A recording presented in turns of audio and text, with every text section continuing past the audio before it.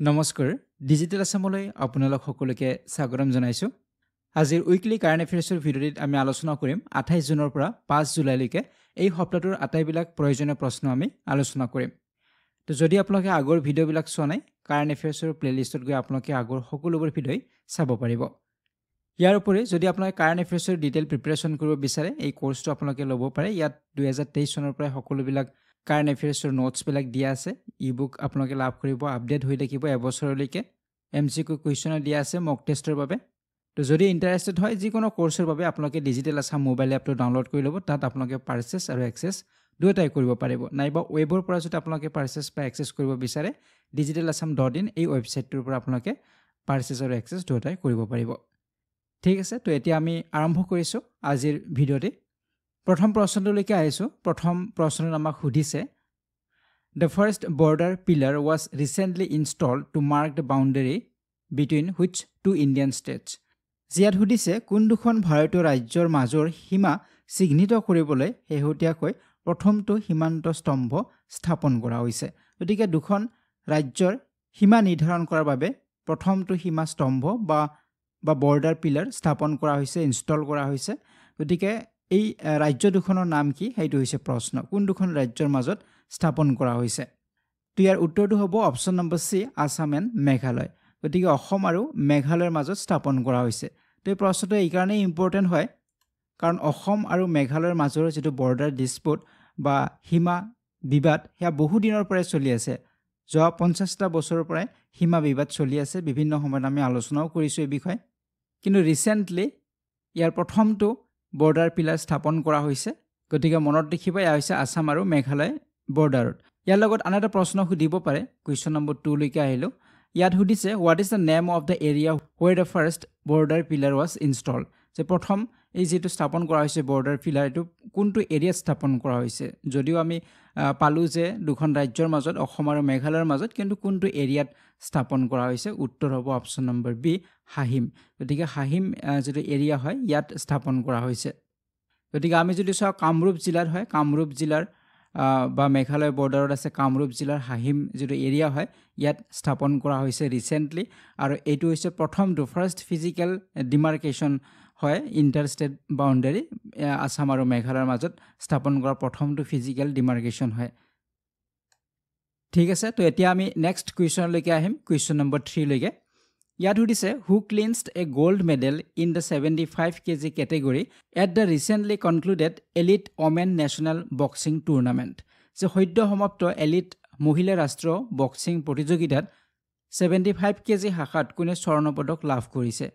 তো ৰিসেন্টলি অনুষ্ঠিত হৈ গল elite women national boxing tournament গতিকে ইয়াত 75 kg ক্যাটাগৰীত গোল্ড মেডেল লাভ কৰিছে সোণৰ পদক লাভ কৰিছে কোনে লাভ কৰিছে তে অসমৰে হয় উত্তৰ হ'ব অপচন নম্বৰ সি লাভলিনা বৰগোহাঁই গতিকে অসমৰ পৰা যদি আমি চাও লাভলিনা বৰগোহাঁইৰ উপৰি আন কেবাজনো ইয়াত মেডেল লাভ কৰিবলৈ সক্ষম হৈছে আমি যদি চাও 5 গৰাকী অসমৰ বক্সাৰ তেওঁলোকে লাভ কৰিছে এলিট ওমেন নেশনাল বক্সিং টুৰ্নামেন্টত তেওঁলোকে মেডেল লাভ কৰিবলৈ সক্ষম হৈছে আৰু এই elite women national boxing tournament হায়দৰাবাদত অনুষ্ঠিত হৈছিল গতিকে আমি যদি চাও লাভলিনা বৰগোহাঁই তেখেত 75 kg ক্যাটাগৰীত পাইছে অংকুচিতা বড়ো তেখেতো গোল্ড পাইছে 65 kg ক্যাটাগৰীত পাইছে দুটা আপোনালোকে মনত ৰাখিব লাভলিনা বৰগোহাঁই 75 kg 65 kg অংকুচিতা বড়ো আৰু তাৰ পিছত যদি চাও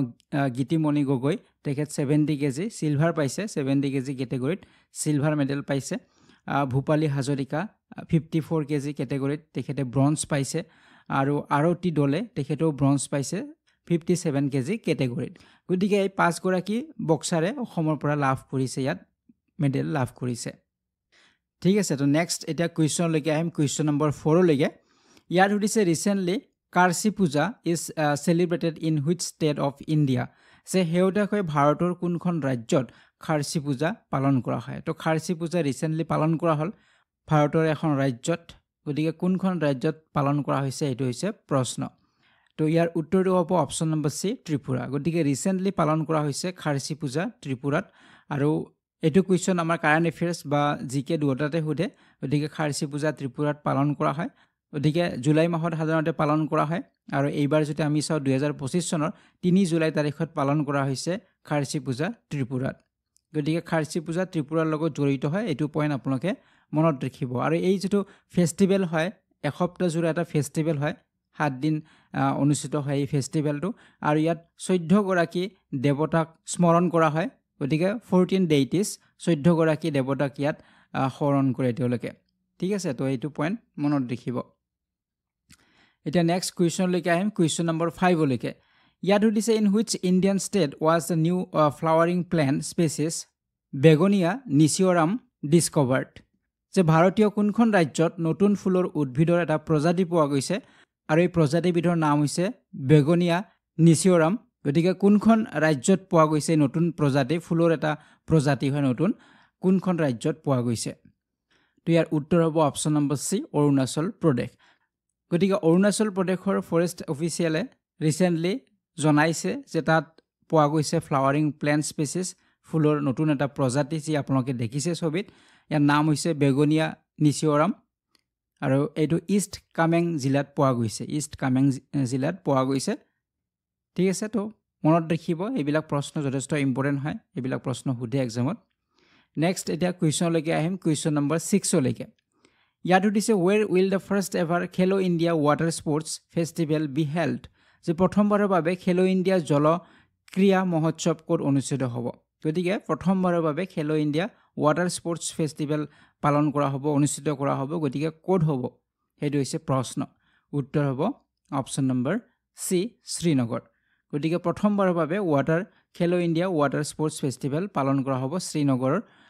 ডেল লেকত পালন কৰা হ'ব শ্ৰীনগৰৰ আইকনিক যি ডাল লেক তো তাত পালন কৰা হ'ব 21 আগষ্টৰ পৰা 23 আগষ্টলৈকে পালন কৰা হ'ব গতিকে 3 দিনীয়া এটা ফেষ্টিভেল হয় স্পৰ্টছ হয় water sports festival য'ত 5টা খেল তাত অনুষ্ঠিত কৰা হ'ব পাৰফৰ্ম কৰা হ'ব এটা হৈছে কায়াকিং এণ্ড কেনোইং তাৰ পিছত rowing water skiing shikara race dragon boat তো এইবিলাক water sports তাত অনুষ্ঠিত কৰা হ'ব water sports festivalত ক'ত শ্ৰীনগৰৰ আইকনিক ডাল লেকত ঠিক আছে তো এই পইণ্টছ বিলাক মনত ৰাখিব নেক্সট কুৱেশ্চন লৈকে আহিম এতিয়া কুৱেশ্চন নম্বৰ 7 লৈকে ইয়াত সুধিছে what is the name of the highest civilian honor awarded to PM Modi by Ghana যে ঘানাই প্ৰধানমন্ত্ৰী মোদীক প্ৰদান কৰা সৰ্বোচ্চ অসামৰিক সন্মানটোৰ নাম কি গতিকে ৰিসেন্টলি ঘানা ভিজিট কৰিছে আমাৰ প্ৰধানমন্ত্ৰী গৰাকী গতিকে তেওঁক তাত তেওঁলোকৰ ঘানাৰ হাইয়েষ্ট সিভিলিয়ান অনাৰ বা সন্মান দিয়া হৈছে গতিকে এই সন্মানবিধৰ নাম কি হয় হেতু হৈছে প্ৰশ্ন তো আমি যদি চাও ইয়াৰ উত্তৰটো হ'ব option number C officer of the order of the star of Ghana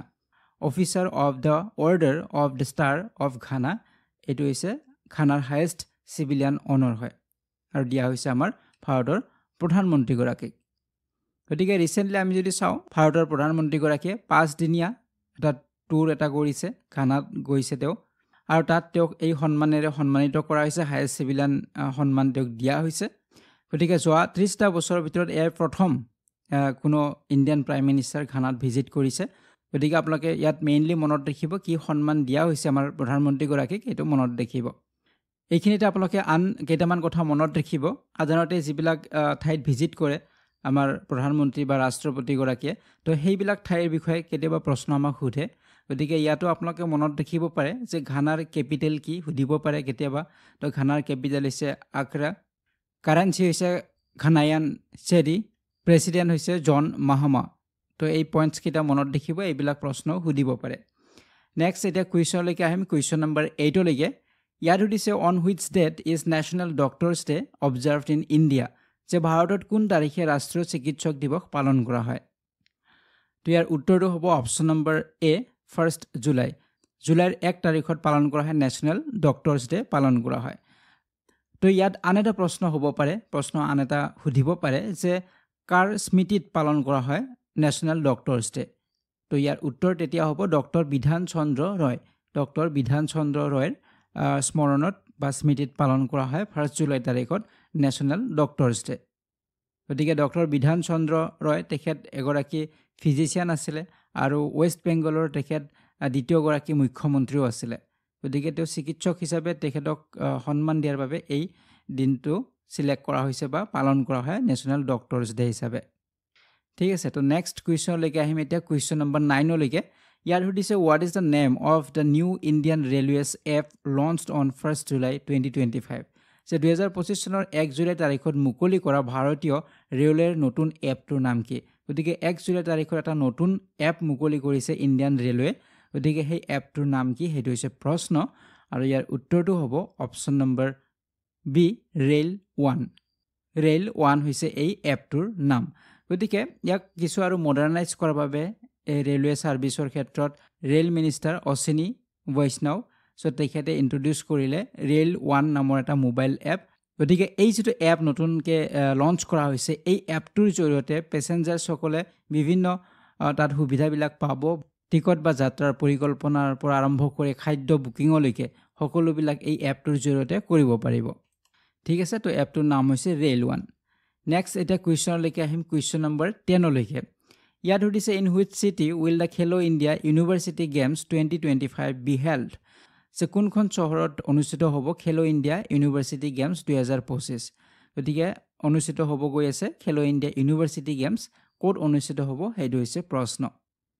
আৰু ইয়াৰ উত্তৰটো হ'ব অপচন নম্বৰ সি জয়পুৰ গতিকে এই বছৰ যে খেলো ইণ্ডিয়া ইউনিভাৰ্চিটি গেমছ অনুষ্ঠিত হ'ব ৰাজস্থানৰ জয়পুৰত হ'ব আৰু এটো নৱেম্বৰ মাহত অনুষ্ঠিত হ'ব ঠিক আছে তো নেক্সট এটা কুৱেশ্যন লৈকে আহিম কুৱেশ্যন নম্বৰ 11 লৈকে ইয়াত সুধিছে what is the theme of 19th statistics day 2025 যে 2025 চনৰ 19 সংখ্যক পৰিসংখ্যা দিৱসৰ বিষয়বস্তু কি গতিকে ৰিসেন্টলি পৰিসংখ্যা দিৱস পালন কৰা হল গতিকে এই পৰিসংখ্যা দিৱসৰ বিষয়বস্তু কি আছিল সেইটো হৈছে প্ৰশ্ন আৰু ইয়াৰ উত্তৰ হ'ব option number B 75 years of national sample survey গতিকে 75 বছৰীয়া ৰাষ্ট্ৰীয় নমুনা জৰীপ এইটো আছিল এই বছৰৰ থিম আছিল মনত ৰাখিব থিম বিলাকৰ ওপৰত প্ৰশ্ন সুধে আৰু আমাক সুধিব পাৰে যে কেতিয়া পালন কৰা হয় ষ্টেটিষ্টিক্স ডে পৰিসংখ্যা দিৱস তো 29 জুন তাৰিখত পালন কৰা হয় গতিকে ইণ্ডিয়াত 2007 চনৰ পৰাই পালন কৰি হোৱা হৈছে 29 জুন তাৰিখত পৰিসংখ্যা দিৱস কাৰ স্মৃতিত পালন কৰা হয় সেইটো প্ৰশ্ন সুধে গতিকে প্ৰফেসৰ প্ৰশান্ত চন্দ্ৰ মহালনবিছৰ স্মৃতিত পালন কৰা হয় গতিকে এই দিনটো তেওঁৰ জন্মদিন হয় প্ৰফেসৰ প্ৰশান্ত চন্দ্ৰ মহালনবিছৰ গতিকে তেওঁক ভাৰতবৰ্ষত ফাদাৰ অফ ষ্টেটিষ্টিক্স বুলি জনা যায় পিতৃ বুলি পৰিসংখ্যাৰ পিতৃ হিচাপে তেখেতক জনা যায় তো এইটো পইণ্টটো মনত ৰাখিব আৰু এই বছৰৰ থিম আছিল 75 years of national sample survey ঠিক আছে নেক্সট এটা কুৱেশ্যন লৈকে আহিম কুৱেশ্যন নম্বৰ 12 লৈকে ইয়াতে সুধিছে what is the name of the operation launched by the CBI to combat cyber crime involving mule bank accounts যে মিউল বেংক একাউণ্টছৰ হৈতে জড়িত সাইবাৰ অপৰাধৰ বিৰুদ্ধে যুঁজিবলৈ CBI আৰম্ভ কৰা অভিযানৰ নাম কি আমি যদি চাও সাম্প্ৰতিক সময়ছোৱাত এনে ধৰণৰ বহুতো মিউল বেংক একাউণ্টছ আছে যিবিলাক একাউণ্টছৰ জৰিয়তে বিভিন্ন অপৰাধমূলক কামবিলাক হয় সেই একাউণ্টছত বিভিন্ন পইচাবিলাক পঠোৱা হয় বা যিবিলাক ইললিগেল কাম হয় সেই একাউণ্টছত ডিপজিট হয় গতিকে তেনে ধৰণৰ যিবিলাক মিউল একাউণ্টছ আছে বেংক একাউণ্টছ আছে সেইবিলাকৰ বিৰুদ্ধে যুঁজিবলৈ এটা CBI অভিযান আৰম্ভ কৰিছে তো সেই অভিযানটোৰ নাম কি সেইটো হৈছে প্ৰশ্ন আৰু ইয়াৰ উত্তৰটো হ'ব অপচন নম্বৰ বি অপাৰেচন চক্ৰ 5 গতিকে অপাৰেচন চক্ৰ 5 হৈছে এই অপাৰেচনটোৰ নাম গতিকে এটো কোনে লঞ্চ কৰিছে CBI central bureau of investigation তেওঁলোকে লঞ্চ কৰিছে আৰু 5খন ৰাজ্যত এটো অপাৰেচন চলিব সাইবাৰ ক্ৰাইমৰ এগেইনষ্ট যিবিলাক মিউল বেংক একাউণ্টছ আছে তাৰ বিৰুদ্ধে এটো অভিযান চলোৱা হ'ব গতিকে এই 5খন ৰাজ্যনো কি কি ৰাজস্থান আছে দিল্লী আছে হাৰিয়ানা উত্তৰ প্ৰদেশ আৰু উত্তৰাখণ্ড গতিকে 5খন জিলাত চলিব আৰু হয়তো পৰৱৰ্তী সময়ত বেলেগ বেলেগ ৰাজ্যতো এই অভিযান চলাব ঠিক আছে তো নেক্সট এটা কুৱেশ্যন লৈকে আহিম কুৱেশ্যন নম্বৰ 13 লৈকে ইয়াত সুধিছে when was the national sports policy 2025 approved যে ৰাষ্ট্ৰীয় ক্ৰীড়া নীতি 2025 কেতিয়া অনুমোদিত হৈছিল গতিকে ৰিসেন্টলি অনুমোদন কৰা হৈছে ৰাষ্ট্ৰীয় ক্ৰীড়া নীতি নেশ্যনেল স্পৰ্টছ পলিচি 2025 গতিকে কিমান তাৰিখত ইয়াক এপ্ৰুভ কৰা হৈছে সেইটো হৈছে প্ৰশ্ন তো ইয়াৰ উত্তৰটো হ'ব অপচন নম্বৰ এ 1st জুলাই 2025 গতিকে প্ৰথম জুলাই তাৰিখত অনুমোদন দিয়া হৈছে নেশ্যনেল স্পৰ্টছ পলিচি 2025 তো নেশ্যনেল স্পৰ্টছ পলিচি ওপৰত আন এটা প্ৰশ্ন আছে তাৰ পিছত আমি অলপ আলোচনা কৰিম তো নেক্সট কুৱেশ্যন লৈকে আহিছো এটা কুৱেশ্যন নম্বৰ 14 ইয়াত সুধিছে what is the main aim of the national sports policy 2025 যে ৰাষ্ট্ৰীয় ক্ৰীড়া নীতি 2025 ৰ মূল লক্ষ্য কি ইয়াত মূল লক্ষ্যৰ কথা সুধিছে তো ইয়াৰ উত্তৰ হ'ব option number C empower citizens and make India a global sporting powerhouse, যে নাগৰিকক সবল কৰি তোলা আৰু ভাৰতক বিশ্ব ক্ৰীড়া শক্তিৰ দেশ হিচাপে গঢ়ি তোলা। গতিকে আমাৰ নাগৰিকসকলক সবল কৰি তুলিব লাগিব আৰু গোটেই আমাৰ যিটো ক্ৰীড়া শক্তিৰ দেশ হিচাপে যাতে গঢ়ি তুলিব পৰা যায়, গোটেই বিশ্বত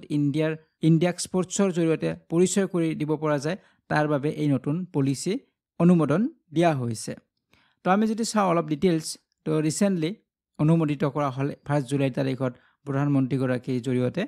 NSP বুলি কোৱা হৈছে, নেশ্যনেল স্পৰ্টছ পলিচি 2025। 2001 যিখন নেশ্যনেল স্পৰ্টছ পলিচি আছিলে, সেইখনৰ ঠাইত এতিয়া নতুন পলিচি এপ্ৰুভ কৰা হৈছে। আৰু ইয়াতে 5টা কি পিলাৰ্ছ আছে। প্ৰথমটো হৈছে excellence on the global stage, গতিকে আমাৰ ক্ৰীড়াক গোটেই গ্ল'বেল পৰ্যায়লৈকে লৈ যাব লাগিব, সেইটো ইয়াৰ মূল উদ্দেশ্য। 5টা পিলাৰৰ ভিতৰত এটা পিলাৰ হৈছে এইটো, যিমানবিলাক স্পৰ্টছ প্ৰগ্ৰেম হয় এইবিলাক যথেষ্ট শক্তিশালী কৰিব লাগিব, একেবাৰে গ্ৰাছৰুট লেভেলৰ পৰাই শক্তিশালী হ'ব লাগিব, গতিকে আমি যাতে গ্ল'বেল ষ্টেজলৈকে আমি যাব পাৰোঁ, সেইটো ইয়াৰ মূল উদ্দেশ্য হ'ব, প্ৰথমটো পিলাৰ। দ্বিতীয় পিলাৰটো হৈছে স্পৰ্টছ ফৰ ইকনমিক ডেভেলপমেণ্ট, গতিকে স্পৰ্টছটোৰ জৰিয়তে আমাৰ ইকনমিক ডেভেলপমেণ্টো হ'ব লাগিব, গতিকে প্ৰমোট কৰিব লাগিব স্পৰ্টছ টুৰিজিমৰ কথা। আৰু যিবিলাক যিবিলাক ইণ্টাৰনেশ্যনেল ইভেণ্ট হ'ব ইণ্ডিয়াত, তো তাত আমি এট্ৰেক্ট কৰিব লাগিব সেই ইভেণ্টবিলাকৰ জৰিয়তে, যাতে আমাৰ বেলেগ ঠাইৰ পৰা বা গোটেই বিশ্বৰ পৰা সেই ইভেণ্টবিলাকত প্ৰেজেণ্ট থাকে, উপস্থিত হয়। গতিকে স্পৰ্টছ টুৰিজিমৰ ওপৰতো গুৰুত্ব দিয়া হ'ব, এইটো হৈছে দ্বিতীয়টো পিলাৰ। 3 নম্বৰ পিলাৰটো হৈছে স্পৰ্টছ ফৰ ছ'চিয়েল ডেভেলপমেণ্ট, গতিকে ছ'চিয়েল ডেভেলপমেণ্টটো যথেষ্ট ইম্পৰ্টেণ্ট হয়, গতিকে যিবিলাক স্পৰ্টছ হয় তাত যাতে মহিলাসকলেও পাৰ্টিচিপেট কৰে, ইকনমিকেলি উইকাৰ যি ছেকশ্যন আছে আমাৰ, তো তেওঁলোকেও যাতে পাৰ্টিচিপেট কৰিব পাৰে, ট্ৰাইবেল কমিউনিটিৰ ব্যক্তিসকলেও যাতে পাৰ্টিচিপেট কৰিব পাৰে, বা যিবিলাক ফিজিকেলি ডিজেবল্ড হয় বা পাৰ্চন উইথ ডিজেবিলিটি যিবিলাক আছে, বিশেষভাৱে সক্ষম ব্যক্তি, তেওঁলোকেও যাতে অংশগ্ৰহণ কৰিব পাৰে কম্পিটিশ্যনছবিলাকত, তো ইয়াৰ বাবে গুৰুত্ব দিয়া হ'ব। গতিকে এইটো এটা তৃতীয়টো পিলাৰ হৈছে ছ'চিয়েল ডেভেলপমেণ্টটো। 4 নম্বৰ পিলাৰটো হৈছে sports as a people's movement, গতিকে এটা মুভমেণ্ট বুলি আমি ধৰিব লাগিব, এটা আন্দোলন বুলি আমি ধৰিব লাগিব, আৰু যাতে বেছি সংখ্যক মানুহ এই স্পৰ্টছৰ লগত জড়িত হয়, পাৰ্টিচিপেট কৰে। বিভিন্ন স্পৰ্টছ আছে আমাৰ, সেইবিলাকত ইণ্ডিয়া ইমান আগবঢ়া নাই, গতিকে সেইবিলাকো যাতে আগবাঢ়িব পাৰে। ক্ৰিকেটত যিমান আগবাঢ়িছে বাকী স্পৰ্টছবিলাকত বহুত পিছ পৰি আছে, তো ঠিক তেনেদৰে সেইখিনিতো যাতে আগবাঢ়িব পাৰে, তাৰ কাৰণে ইয়াত গুৰুত্ব দিয়া হ'ব। স্কুল কলেজ এইবিলাকতো স্পৰ্টছৰ ওপৰত গুৰুত্ব দিয়া হ'ব, যাতে স্কুলৰ পৰা বা কলেজৰ পৰা ল'ৰা ছোৱালীসকলক চিলেক্ট কৰিব পৰা যায়, তো এনেধৰণৰ বিষয়বিলাকৰ ওপৰত গুৰুত্ব দিয়া হ'ব। 5 নম্বৰ পিলাৰটো হৈছে ইণ্টিগ্ৰেশ্যন উইথ এডুকেশ্যন, NEP 2020, গতিকে আমাৰ NEP 2020 নেশ্যনেল এডুকেশ্যন পলিচি 2020ত উল্লেখ কৰা আছে যে আমাৰ হলিষ্টিক ডেভেলপমেণ্ট হ'ব লাগিব, ল'ৰা ছোৱালী খেলা ধূলাটো আগবাঢ়িব লাগিব, গতিকে সেইটো ইয়াত ইণ্টিগ্ৰেট কৰা হৈছে, এডুকেশ্যনৰ লগত স্পৰ্টছক ইণ্টিগ্ৰেট কৰা হৈছে। গতিকে ইয়াৰ অৰ্থ এইটোৱে যে স্কুল বা কলেজৰ যিটো কাৰিকুলাৰ থাকিব তাত স্পৰ্টছটো সোমাই দিয়া হ'ব, বা তাত গুৰুত্ব দিয়া হ'ব কাৰিকুলামৰ কাৰিকুলাৰ এক্টিভিটিবিলাকৰ ক্ষেত্ৰত স্পৰ্টছৰ গুৰুত্বটো বেছিকৈ থাকিব। ফিজিকেল যিখিনি এডুকেশ্যন হ'ব সেইবিলাকৰ ওপৰত গুৰুত্ব দিয়া হ'ব, বা তাত যিবিলাক ট্ৰেইনিং দিয়া হয় স্পৰ্টছৰ স্কুল লেভেলত বা কলেজ লেভেলত, তো সেইবিলাকৰ ওপৰতো গুৰুত্ব দিয়া হ'ব। ঠিক আছে, তো সেইটো হৈছে ইণ্টিগ্ৰেশ্যন উইথ এডুকেশ্যন, স্পৰ্টছটোক এডুকেশ্যনৰ লগতো ইণ্টিগ্ৰেট কৰা হ'ব। তো একেইটা 5টা মূল পিলাৰ হয়, একেইটাৰ ওপৰত ভিত্তি কৰি এই নেশ্যনেল স্পৰ্টছ পলিচি এপ্ৰুভ কৰা হৈছে। ঠিক আছে, নেক্সট এতিয়া কুৱেশ্যনলৈকে আহিম, আৰু এইটো হৈছে আজিৰ ভিডিঅ'টিৰ শেষৰটি প্ৰশ্ন, কুৱেশ্যন নম্বৰ 15। ইয়াত সুধিছে, recently on which day is the celebrated as the GST day to commemorate the implementation of the goods and services tax, GST চমুকে। গতিকে শেহতীয়াকৈ কোনটো দিনত GST ৰূপায়ণৰ স্মৃতিত GST দিৱস হিচাপে পালন কৰা হয়? গতিকে GST ডে ৰিচেণ্টলি পালন কৰা হ'ল, কিমান তাৰিখত পালন কৰা হৈছে সেইটো হৈছে প্ৰশ্ন। তো ইয়াৰ উত্তৰটো হ'ব অপশ্যন নম্বৰ বি হ'ব 1 জুলাই। 1 জুলাই তাৰিখত পালন কৰা হয় GST ডে। গতিকে ভাৰতবৰ্ষত 1 জুলাই তাৰিখত GST ডে হিচাপে পালন কৰা হয়, আৰু এই GST মানে হৈছে গুডছ এণ্ড ছাৰ্ভিচেছ টেক্স, আৰু এইটো লঞ্চ কৰা হৈছিলে 2017 চনৰ 1 জুলাই তাৰিখত লঞ্চ কৰা হৈছিলে GST, আৰু সেইকাৰণে 1 জুলাই তাৰিখত GST ডে পালন কৰা হয়। ঠিক আছে, তো মনত ৰাখিব GST ডে পালন কৰা হয় 1 জুলাই তাৰিখত, আৰু GSTৰ ফুল ফৰ্মটো মনত ৰাখিব গুডছ এণ্ড ছাৰ্ভিচেছ টেক্স। ঠিক আছে, তো আজিৰ এই ভিডিঅ'টিত আমি একেটা ইম্পৰ্টেণ্ট কুৱেশ্যন আলোচনা কৰিলোঁ এই সপ্তাহটোৰ। তো আপোনালোকে ইম্পৰ্টেণ্ট পইণ্টছবিলাক নোট কৰি ল'ব, যিমানে আপোনালোকে নোটছ কৰি ল'ব সিমানে আপোনালোকৰ ৰিভিজনৰ সময়ত যথেষ্ট কামত আহিব গতিকে প্ৰতিটো টপিকৰে আপোনালোকে নোটছ কৰা এটা প্ৰেক্টিছ কৰিব নোটছটোৱে আপোনালোক যথেষ্ট পৰিমাণে সহায় কৰিব এক্সামৰ সময়ছোৱাত ঠিক আছে তো আজিৰ এই ভিডিঅ'টি ইমানখিনি আছিলে পৰৱৰ্তী ভিডিঅ'ত আপোনালোকক পুনৰবাৰ লগ পোৱাৰ আশাৰে আজিৰ এই ভিডিঅ'টিৰ পৰা বিদায় লৈছোঁ ধন্যবাদ